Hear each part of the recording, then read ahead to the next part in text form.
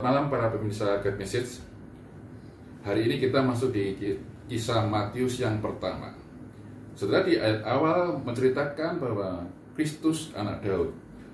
Nah, menarik dalam Matius yang pertama ini ada banyak hal tentang silsilah daripada Kristus Yesus. Biasa kalau orang bercerita itu tentang suatu kisah untuk membuka suatu cerita. Tapi di sini justru urutan kisah daripada silsilah. Nah, ada 14 dari keturunan Abraham sampai ke Daud yang dimasukkan dalam silsilah tersebut. Kemudian dari Daud sampai ke pembuangan Babel ada 14 lagi keturunan. Dan dari pembuangan Babel sampai kepada Kristus Yesus dilahirkan itu ada 14 lagi. Jadi sangat panjang daftar ini. Yang luar biasa, di antara daftar semuanya ini ada 4 wanita, yaitu Tamar, Rahab, Ruth, dan Batseba, yang notabene bukan wanita yang hidup benar. Tamar dan Rahab dari Kanaan. Tamar pernah melakukan hubungan dengan Yehuda.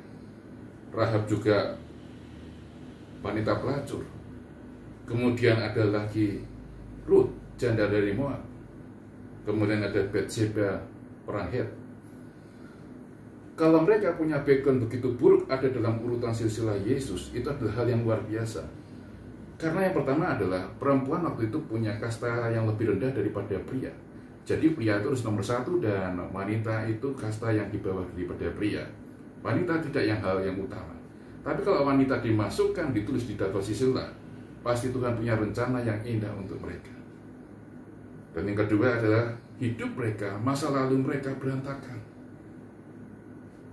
tapi bisa dipakai untuk masuk dalam silsilah, melahirkan keturunan Sang Juru Selamat. Itu sebabnya manusia tidak sempurna. Masa lalu kita tidak sempurna. Mungkin bisa jadi kalau kau anak muda hidup dalam keluarga broken home, mungkin suami istri sekarang punya masa lalu juga pernah ribut, bertengkar, konflik yang hebat. Atau ketika saudara masuk pelayanan punya masa lalu background yang tidak baik. Tapi di tangan Tuhan ada kemurahan Tuhan, ada kuasa Tuhan, ada pengampunan Tuhan yang mengubahkan masa lalu yang buruk menjadi masa depan yang indah di tangan Tuhan. Percayalah, hari-hari ini melalui peristiwa pandemi yang ada, Tuhan izinkan saudara supaya lebih dekat kepada Tuhan dan mempercayai bahwa masa lalu itu bisa diubahkan untuk menjadi masa depan yang indah. Tidak berarti masa lalu buruk, masa depannya juga buruk. Tapi masa lalu yang buruk bisa menjadi masa depan yang indah kalau Tuhan bekerja dalam hidup kita orang percaya. Percayalah, Tuhan sanggup mengubah masa lalumu yang buruk menjadi indah di tangan Tuhan yang penuh kemurahan. Dan yakinlah, hari-hari ke depan Tuhan akan menolong saudara. Makin hari makin diubahkan, makin indah dalam rencana Tuhan. Dan ada masa depan yang indah di tangan Tuhan. Amin. Sampai jumpa di edisi yang lain.